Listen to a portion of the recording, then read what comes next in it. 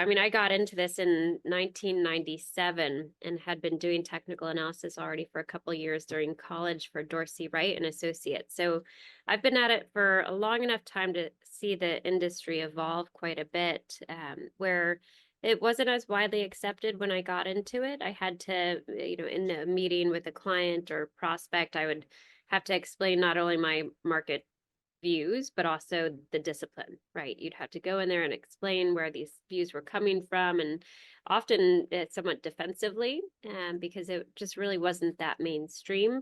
Now it's quite different. I think there's a very general knowledge out there of technical analysis and its benefits. So I no longer feel like I have to defend the discipline except in rare cases now. And people seem to have a better understanding of its place in sort of the broader investing process or analysis, which also consists of fundamental research and macro inputs, political inputs. It's all of that taken together along with technical analysis that you can get your powerful biases and takeaways. So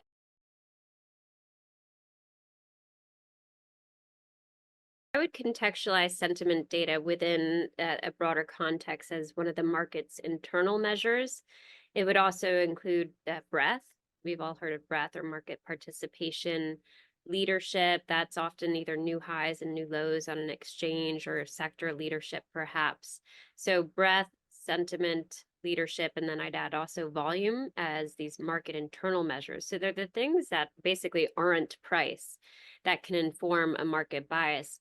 However, we always give the most weight to price.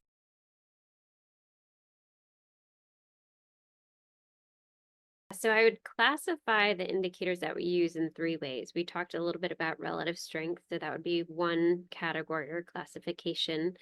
Overbought, oversold metrics are really important to us. And then, of course, momentum. So it's those three classifications that sort of house the indicators that we use.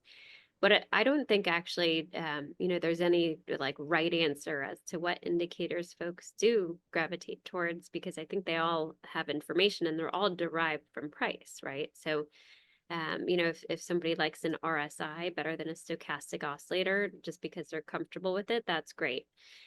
So we tend to use the MACD indicator or moving average convergence divergence indicator.